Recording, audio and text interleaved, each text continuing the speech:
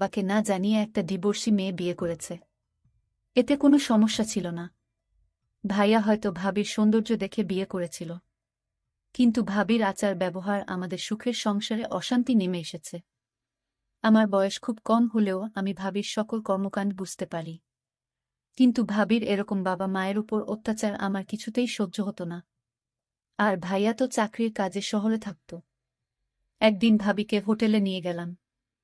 আর হোটেলে নিয়ে যা করেছিলাম তা শুনলে তোমাদের মাথা গরম হয়ে যাবে। তাহলে মূল ঘটনাটি বলি। এইমাত্র আমি ৫০০ টাকার ৩টা নোট ড্রেসিং টেবিলের উপর রেখে কিচেনে গেলাম, এখন দেখি টাকাটা নেই। সোহান, টাকাটা কি তুমি নিয়েছ? ভাবির এই কথা শুনে আমার মাথা জ্বলে উঠল। শেষ পর্যন্ত চোর বানিয়ে দিল আমাকে। ছি! অবশ্য বেকারদেরকে মানুষের অনেক কথা শুনেই বেমালুম হজম করতে হয়। কথায় কথায় মাথা জ্বলে উঠলে চলে না। অনেক কষ্টে নিজেকে সামলে নিয়ে বললাম, না ভাবি, আমি নেইনি। হয়তো অন্য কোথাও রেখেছ, ভালো করে খুঁজে দেখো। ভাবি বলল, সব জায়গায় খুঁজেছি, কোথাও নেই। তুমি একটু মনে করে দেখো। এমনও তো হতে পারে তুমি মনের ভুলে নিয়ে মানিব্যাগে ঢুকিয়ে ফেলেছ, এখন মনে করতে পারছ না। এবার সত্যি সত্যি মাথায় আগুন চড়ে গেল। আমি খুব হালকা স্বরে বললাম, ভাবি, তুমি যেভাবে আমাকে অপমান করছ, এর মধ্যে যে চূড়ান্ত রকমের একটা ছোট লোকই আছে। তুমি কি তা বুঝতে পারছ? এই কথায় ভাবি শ্রাব্য অশ্রাব্য ভাষায় যা বলা শুরু করল। তাতে তাকে আর একটা ভদ্র বাড়ির ছেলে, বউ কিংবা কোনো ভালো ঘরের মেয়ে বলা যায় না।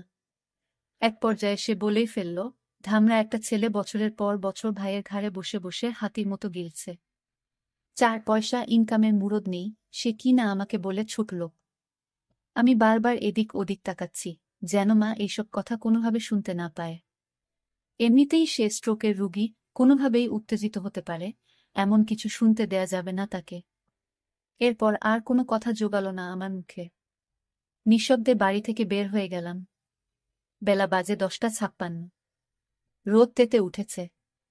আষাঢ় মাস, অথচ বৃষ্টির নামগন্ধও নেই। রোদের তাপে যেন রাস্তার পিচ গলে স্যান্ডেলে লেগে যাচ্ছে। এখন কোথায় যাব আমি? লকডাউনের ভেতর কারো বাড়ি যাওয়া যাবে না। আমাদের বাড়িটা চাঁদপুর শেরশাহ সুরি রোডে। এখান থেকে হেঁটে হেঁটে রেসিডেন্সিয়াল কলেজের পাশ দিয়ে চন্দ্রিমা উদ্যানে চলে যাওয়া যায়। বসার জন্য খুব নিরিবিলি একটা জায়গা। আমার একটা নিরিবিলি জায়গায় এখন সবচেয়ে বেশি দরকার। খুব কঠিন একটা সিদ্ধান্ত আমাকে নিতে হবে, এবং সেটা আজই, এখনই। একটা ভবনের পেছন দিকে লেকের পাড়ে নিরিবিলি একটা জায়গা দেখে বসে পড়লাম। সংসারের হিসাবটা কিছুতেই আর মিলছে না। অল্প কিছু দিনের ভেতর সবকিছু কেমন এলোমেলো হয়ে গেল। অথচ আমাদের সংসারটা ছিল ছবির মতো সুন্দর, গোছানো, পরিপাটি। সেই ছবির রং ঝাপসা হতে শুরু করল একসময়। বাবা মারা গেল প্রায় 5 মাস হতে চলল। এরপর থেকে সেই ছবির শুধু ফ্রেমটাই রয়ে গেল, বাদবাকি সব হারিয়ে গেল কোথায় যেন। এই তো সেদিনের কথা, আমরা 2 ভাই আর বাবা মা মিলে একসাথে ক্যারাম খেলেছি। বাবা একটু সময় বের করতে পারলেই ফুরুত করে ঘুরতে গিয়েছে আমাদেরকে। বাড়িটা সারাক্ষণ হাসি আর আড্ডায় গমগম করত। আর আজকের অবস্থা দেখলে নিজেই অবাক হই। মনে হয় আদৌ এইটা আমাদের বাড়ি। ভাইয়া পড়ালেখা শেষ করার পর 19 সালের জুলাই মাসে একটা মাল্টি ন্যাশনাল কোম্পানিতে উচ্চ পদে চাকরি নিল। ভালো বেতন, মতিঝিলে অফিস। এর মাস খানিকের মাথায় কাউকে কিছু না জানিয়ে হুট করে এক সন্ধ্যায় ভাবিকে নিয়ে উপস্থিত। তারা নাকি গোপনে কাজী অফিসে গিয়ে বিয়ে করেছে। ভাবির বাড়ি কুমিল্লার বরুড়ায়। ফেসবুকে পরিচয়, সেখান থেকে প্রেম, আর তারপর বিয়ে। ভাবির এর আগেও একটা বিয়ে ছিল। সে পর আমার ভাইয়ার সাথে তার পরিচয়। আমরা সবাই খুব আপসেট হলাম এই ঘটনায়। ভাইয়ার মতো একটা চমৎকার গোছালো এবং দায়িত্বশীল ছেলে কাউকে কিছু না জানিয়ে এভাবে বিয়ে করে ফেলবে, এটা মানাই যায় না। আর তাছাড়া আমাদের বাড়িতে যদি অমতো করার মতো কেউ থাকত, তাহলে ভিন্ন কথা ছিল। আমরা 2 ভাই মোটামুটি বড় হলে বাবা মা আমাদেরকে খুব পরিষ্কারভাবে বুঝিয়ে বলেছে যে জীবনে চলার পথে কাউকে ভালো লাগতেই পারে। এটা খুবই স্বাভাবিক। এমন কিছু হলে অবশ্যই যেন সবার আগে বাড়িতে শেয়ার করি। আজ পর্যন্ত আমাদের 2 ভাইয়ের কোনো যৌক্তিক কাজে বাবা মা বাধা দেয়নি, বরং সব সময় উৎসাহ দিয়ে এসেছে। সেখানে ভাইয়ার কাছ থেকে এটা কেউই আশা করেনি। এই ব্যাপারটা নিয়ে বাবাই সবচেয়ে বেশি আপসেট হয়ে পড়ল। মা তাকে বুঝাতে চেষ্টা করল যে রাব্বি যদি মেয়েটাকে নিয়ে সুখী হতে পারে তাহলে আমাদের আর আপত্তি করে লাভ কি, যা হওয়ার তা তো হয়েই গেছে। আর তাছাড়া দুইজনের সম্মতিতেই বিয়েটা হয়েছে, দুজনই ম্যাচিউর্ড, সুতরাং এখন স্বাভাবিকভাবে ব্যাপারটা মেনে নেওয়াই সব দিক দিয়ে ভালো। ভাবির আগের বিয়ে নিয়ে বাবা মা কেউই কোনো কথা তোলেনি এই পর্যন্ত। ডিভোর্স একটা মেয়ের জীবনের খুব দুর্বল একটা জায়গা। সুযোগ বুঝে এই জায়গায় খোঁচা দেয়া কোনো ভালো মানুষের কাজ না। মা শুধু ভাইয়াকে আড়ালে ডেকে নিয়ে সেই রাতে বলেছিল, রাব্বি, তোর বাবার মনে এত বড় দুঃখ দিলি, তার কত পরিকল্পনা তোর বিয়ে নিয়ে। খুব ধুমধাম করে বড় ছেলের বিয়ে দিবে, আনন্দ ফুর্তি করবে। মানুষটা খুব কষ্ট পেয়েছে রে, স্রেফ এইটুকুই। অবশ্য ভাইয়া সেই রাতে মাফ চেয়েছিল বাবা মার কাছে। তারপরও বাবা কেমন চুপচাপ হয়ে গেল। এরপর থেকে কখনো আগের মতো সেই চঞ্চল মানুষটাকে আর দেখিনি। মাস তিনেক মোটামুটি ভালোভাবেই চলল সংসারটা। এরপর সাজানো সংসারে একের পর এক ঝড় আসা শুরু হলো। সেই ঝড়ে আমাদের স্বর্গের সেই বাড়িটা তছনছ হয়ে গেল। ভাবির সাথে মার তেমন বনিবনা হচ্ছিল না। একটা পর্যায়ে সংসারের শান্তির জন্য মা সবকিছু ভাবিকে বুঝিয়ে দিয়ে অবসর নিলেন। তবুও শান্তি এলো না। ভাবি চাইল তার আলাদা একটা সংসার, যে সংসারে শ্বশুর শাশুড়ি আর দেবরের মতো বাড়তি ঝামেলা থাকবে না। আমাকে ভাবি নিজে টাকা লুকিয়ে আমার উপর ছাপিয়ে দিয়েছে। ভাইয়া যেন আমায় ভুলে বুঝে আলাদা হয়ে যায় এই জন্য। এটা আমি বুঝতে পেরেছিলাম। যখন এইভাবে ভাবি আমাকে পাশাতে পারল না, তখন ভাবির মনে অন্য চিন্তা ভর করল। আমি সব সহ্য করতে পারি, কিন্তু মা বাবাকে নিয়ে কোনো কথা আমি সহ্য করতে পারি না। আমাকে ভাবি মিথ্যা দোষারোপ করুক, এত আমার কোনো সমস্যা নাই, কিন্তু বাবা মাকে নিয়ে কোনো অপমান, এটা আমি সহ্য করতে পারব না। কিভাবে আমাকে ভাইয়ার চোখে খারাপ বানানো যায়, এই সুযোগ ভাবি সবসময় খুঁজত। কিন্তু আমি তো আর বোকা না যে ভাবির মতলব আমি বুঝি না। বয়সটা হয়তো কম হতে পারে। ভাবি বাবার সাথে তেমন ভালোভাবে কথা বলতো না। বাবাকে ভাবি চা বানিয়ে দিত কোনোরকমভাবে। এতে বাবা মুখ বুজে সব সহ্য করত, ভাবিকে কোনো কিছুই বলতো না। আমি শুধু চেয়ে দেখতাম। তবে ভাবি দিন দিন মা বাবার প্রতি এক ধরনের অত্যাচার শুরু করলেন। সময় মতো মা বাবার খাবার দেওয়া, মা বাবার যত্ন কিছুই করত না সে। আমি মা বাবাকে সব সময় বুঝাতাম, ভাইয়া হয়তো জীবনে বড় একটা ভুল করে ফেলেছে, কিন্তু এই ভুলের মাসুল কি তোমাদের দিতে হবে? এ আমি কিছুতেই হতে দিব না। ভাবিকে দেখতাম, বেশিরভাগ সময় দেখতাম ফোনে কার সাথে জানি কথা বলতো। ভাইয়া যখন বাড়িতে থাকতো না, তখন ভাবি কার সাথে যেন কথা বলতো ফোনে সারাক্ষণ। এই দৃশ্য আমি দেখতে পেতাম।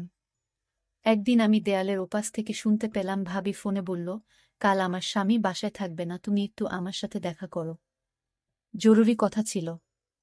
ভাবির এসব কথা শুনে আমি চমকে উঠি, তার মানে ভাইয়াকে এভাবে ভাবি ফাঁকি দিয়ে চলেছে। আর ভাইয়া কিছুই বুঝতেছে না। কিন্তু ভাইয়ার মতো আমি এতটা বোকা না যে আমার চোখ ফাঁকি দিয়ে থাকবে। আমি এরপর থেকে ভাবিকে চোখে চোখে রাখি। কখন কি করে কার সাথে কথা বলে সবকিছুর খবর আমি রাখি। অন্য একদিন ভাবি ফোনে বলল, কাল কিন্তু তোমার আসতেই হবে। আমি এই দিন বাড়ি থেকে এক পাও নড়লাম না। আমি আজ দেখব ভাবির ঘরে কে আসে। আমি অপেক্ষায় রইলাম লোকটিকে দেখার জন্য। রাত যখন 10টা বাজে, তখন দেখতে পেলাম ভাবির রুমে একটি ছেলেকে ঢুকতে। ছেলেটি ভাবিকে বলছে, তুমি কেন এখানে পড়ে আছো? ভাবি তখন বলল, আরে কিছুদিন আছি এখানে, আমার স্বামীর কাছ থেকে সিগনেচারটা নিতে পারলেই সকল সম্পত্তি আমাদের হয়ে যাবে। আমরা এই বাড়িটি বিক্রি করে অন্য কোথাও একটা বাড়ি রাখব, আর আমরা সুখে জীবন যাপন করব। ছেলেটি বলল, কখন করবে? আর কিছুদিন ধৈর্য ধরো প্লিজ, আমি একটা সুযোগ খুঁজতেছি। তারপর তারা দুজন দেখলাম ঘনিষ্ঠ হতে লাগল। আমি জানালার পাকা দিয়ে তা ভিডিও করে ফেলি। এখন কোথায় যাবে ভাবি? তুমি তো আমার হাতে ধরা। তোমার সমস্ত প্ল্যান আমি মোবাইল দিয়ে রেকর্ড করেছি ভাবি। এখন আমি তোমাকে যে কি করব তা তুমি কল্পনাও করতে পারবে না ভাবি। সামনে তোমার খারাপ সময় আসছে ভাবি। তোমার এরকম প্ল্যান আমার আর বুঝতে বাকি নাই। আমি তোমাকে এমন করে ছাড়ব, তুমি তা সারা জীবনও ভুলতে পারবে না। তারপর দিন ভাইয়া বাড়িতে আসলো। ভাইয়া ভাবির জন্য নতুন শাড়ি নিয়ে এসেছে। ভাবি তখন খুশি হয়ে বলল, তুমি হাত মুখ ধুয়ে আসো, আমি তোমার জন্য খাবার রেডি করছি। তারপর ভাইয়া খেতে বসল। ভাবি তখন ভাইয়াকে জিজ্ঞেস করল, আচ্ছা আমরা যে বিয়ে করেছিলাম তার জন্য কাজী বলেছে একটা তোমার সই এর বাকি ছিল, আর সেই সইটা তোমার করতে হবে। ভাইয়া বলল, আমি এই সপ্তাহ কাজের চাপে আছি, আমি 1 সপ্তাহ অফিসের কাজে চট্টগ্রাম যেতে হবে, তারপর দেখি আমি সইটা দিয়ে দিব, আমি এখন খুব বিজি। ভাবি বলল, আচ্ছা ঠিক আছে, তাহলে এই সপ্তাহ বাড়িতে এসে মনে করে সইটা দিয়ে দিতে হবে।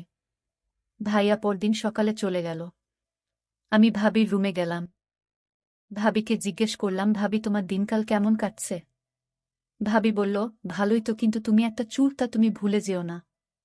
আমি বলেছিলাম, ভাবি তুমি কেন আমায় মিথ্যা অপমান করছো? আমাকে তোমার সহ্য হয় না, সেটা তুমি মুখে বলে দিতে পারো। তাহলে কেন শুধু শুধু আমাকে মিথ্যা অপবাদ দিচ্ছ ভাবি?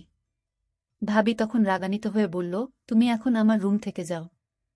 আমি বললাম, ভাবি তুমি যে আমায় চোর বলেছ, মনে রেখো ভাবিকে যে আসল চোরটা তুমি খুব শীঘ্রই জানতে পারবে। ভাবি আমার কথা শুনে কিছুটা অবাক হয়ে গেল। তুমি আমাকে ভয় দেখাও নাকি? আমি বললাম, ভাবি ভয় না, যা সত্যি তাই বললাম। ভাবি তুমি সময় মতো সব টের পাবে। ভাবি মনে মনে চিন্তা করতে লাগল, আমার দেবর কি আমার সব প্ল্যানের কথা কি জেনে গেছে নাকি? না, সে জানবে কি করে? আমার তো প্ল্যানটা একমাত্র ও ছাড়া একটা পাখি পর্যন্ত জানে না। তাহলে সে জানবে কি করে? পরের দিন ভাবিকে দেখলাম মোবাইল ফোন দিয়ে ওই ছেলেটির সাথে চ্যাট করছে। আমি ভাবির মেসেঞ্জারে ভাবির প্ল্যান করা ভিডিওটা ভাবির মেসেঞ্জারে পাঠালাম। ভাবি ভিডিওটা দেখে চমকে উঠল। আরে এ তো দেখি আমার সমস্ত প্ল্যান করার ভিডিও, এই ভিডিও দেবর কিভাবে পেল? আর সে কোথায় এই ভিডিও পেল? আমার ভিডিওটা দেখে মাথা গরম হয়ে গেল। আমি সাথে সাথে আমার দেবরকে ডাক দিলাম। দেখলাম দেবর তার ঘরে শুয়ে মোবাইলে চ্যাট করছে। আমি বলল, সুহান, এই সুহান। আমার দেবরের নাম সোহান। আমি তাকে ডাক দিলাম, সে আমার ডাক শুনেও না শোনার ভান করল। আমি 3টা ডাক দিলাম জোরে জোরে। সোহান তখন বলল, আরে ভাবি আপনি এত রাতে কি হয়েছে? ভাবি কোনো সমস্যা? ভাবি বলল, তুমি জেনেও না জানার ভান করছো কেন? আমি বললাম, ভাবি তুমি কি পাগল হয়ে গেছ? আমি কি জানি? আমি কিছু জানি না। আর তুমি কিসের কথা বলছো? ভাবি তখন বলল, তুমি এই ভিডিও কোথায় পেলে? আরে আমি এই ভিডিও, তুমি যার সাথে সম্পদ চুরি করে যার সাথে পালিয়ে যাবার প্ল্যান করছিলে সেই আমাকে এই ভিডিও দিয়েছে ভাবি। ভাবি আমার কথাটা বিশ্বাস করতে পারল না মনে হয়। ভাবি বলল, এ হতে পারে না। আমি বললাম, ভাবি তোমার প্ল্যান করা সমস্ত ভিডিও আমার কাছে আছে। আমি এই ভিডিও ভাইয়াকে দেখাবো, তারপর থানায় গিয়ে মামলা করব। তোমাকে সারা জীবন জেলে থাকতে হবে ভাবি। ভাবির সুন্দর মুখখানা শুকিয়ে গেল আমার কথা শুনে। ভাবি দেখলাম অনেক ভয় পেল। তারপর আমায় ভাবি বলল, সোহান আমি ভুল করেছি, প্লিজ তুমি এই ভিডিওটা ডিলিট করে দাও। আমি বলেছিলাম, না ভাবি, তুমি যে প্ল্যান করেছিলা সেটা যদি আমি সময়মতো না জানতাম তাহলে আমাদের তুমি রাস্তার ফকির বানিয়ে ছাড়তে। ভাইয়াকে বোকা ভেবেছ তুমি, কিন্তু আমি বোকা না। ভাবি তখন বলল, আচ্ছা সোহান তুমি কি চাও আমি তোমার সব কথা শুনবো, তাও তুমি তোমার ভাইয়াকে এই ভিডিও দেখাইও না? আমি বললাম, ঠিক আছে আমি ভিডিও দেখাবো না, তবে আমি যা বলি তাই তোমার শুনতে হবে। ভাবি বলল, ঠিক আছে আমি তোমার সব কথাই শুনব। আমি তোমার মা বাবার সাথে ভালো আচরণ করব। আমি বলেছিলাম, ভাবি তাহলে কাল আমার সাথে একটি জায়গায় যেতে হবে। ভাবি বলল, ঠিক আছে। আমি ভাবিকে পরদিন সকালে ভাবিকে নিয়ে পটুয়াখালী ঘুরতে গেলাম। ভাবিকে বললাম, ভাইয়া ফোন করলে কি বলবে? ভাবি বলল, আমি বলবো আমার বাবা অসুস্থ, তাই আমি বাবাকে দেখতে এলাম। আমি 2-4 দিন বাবার সাথে থাকতে হবে। ভাবিকে বললাম, ভাবি তুমি তো দারুণ বুদ্ধিমতী। হঠাৎ আকাশের অবস্থা খুব খারাপ হলো, প্রচণ্ড ঝড় বৃষ্টি হতে শুরু করল। আমি ভাবিকে নিয়ে একটা হোটেলে গেলাম, কারণ এখানে যারা ঘুরতে আসে তারা হোটেলেই থাকে। আমিও একটা হোটেল নিলাম। ভাবিকে বললাম, ভাবি তুমি হোটেলে বস, আমি কিছু খাবার নিয়ে আসি। আমি খাবার নিয়ে আসলাম। ভাবি তখন বলল, আমি নিচে শুয়ে পড়ি, তুমি কাঠে শুয়ে পড়ো। আমি বললাম, না কোনো সমস্যা নাই, তুমিও কাঠেই শু। ভাবি আমার সাথে কোনো কথা না বলে কাঠে এসে শুয়ে পড়ল। আমি সারা রাত ঘুমাইনি। আমার মনে একটাই চিন্তা, আমার মা বাবাকে এবং আমার সহজ সরল ভাইকে যেভাবে ঠকালো তার প্রতিশোধ আমাকে নিতে হবে। আমি ভাবিকে বললাম, ভাবি আজ আমি তোমায় যা বলবো তাই শুনবে, তুমি কিন্তু আমায় কথা দিয়েছিলে। ভাবি বলল, আমি তো বলেছি তোমার সব কথাই রাখব। আমি বললাম, ভাবি তুমি কি ভাইয়ার সংসার করবে নাকি ওই ছেলের সাথে চলে যাবে? ভাবি বলল, যদি ওই ছেলের সাথে চলে যেতে চাইতাম তাহলে আমি তোমাকে বলতাম না যে তোমার ভাইয়াকে সেই ভিডিওটা দেখাতে। আমি যা করেছি সব ভুল করেছি। আমি তোমার সাথে তোমার বাবা মায়ের সাথে অন্যায় করেছি। এটার জন্য তুমি আমায় যে শাস্তি দিবে সেই শাস্তি আমি মেনে নিব। শুধু তোমার কাছে একটাই অনুরোধ, তোমাদের পরিবারে আমাকে থাকতে দাও। আমি ভাবিকে বললাম, ভাবি আমি আজ তোমাকে হোটেলে নিয়ে কেন আসলাম জানো? শুধু তোমার মনটা পরীক্ষা করার জন্য। আমি যা বুঝলাম তুমি সংসারটা বাঁচানোর জন্য সব করতে পারো, এটা আমি পরিষ্কার বুঝেছি ভাবি। আর তুমি কি করে ভাবলে আমি তোমার উপর এসব করার জন্য জুলুম করব? শোনো ভাবি, আমি তোমাকে এখানে আনার একটাই উদ্দেশ্য, যেন তুমি ভালো হয়ে যাও। দেখো ভাবি, আমি আজ ইচ্ছা করলে আমি অনেক কিছুই করতে পারতাম, কিন্তু আমি তা করিনি। কারণ ভাবিরা মায়ের মতোই হয়। দেবরের এসব কথা শুনে তার ব্যবহার দেখে আমি অবাক হয়ে গেলাম। আমি কান্না করতে লাগলাম আর বলতে লাগলাম, তোমার বাবা মায়ের কাছে আমায় নিয়ে চলো, আমি তাদের কাছে ক্ষমা চেয়ে নিব। আর তুমি আমাকে ক্ষমা করে দিও, আমি তোমাকে অনেক কষ্ট দিয়েছি। তোমার মতো দেবর যদি প্রতি ঘরে থাকে তাহলে প্রত্যেকটা ঘর অনেক সুন্দর হয়ে যাবে। আমি ভেবেছিলাম মাত্র 10 বছরের একটা বাচ্চা দেবর, সে তার মেধাকে কাজে লাগিয়ে সংসারটা জোড়া লাগিয়ে দিল। আমি ধন্য তোমার মতো দেবর পেয়ে। দর্শক বন্ধুরা, আমি ওই ছেলেটির উপর দোষ চাপিয়ে আমার ভাইয়ার সংসারটা বাঁচিয়ে দিলাম। ভালো করিনি। তা অবশ্যই কমেন্ট করে জানাবেন।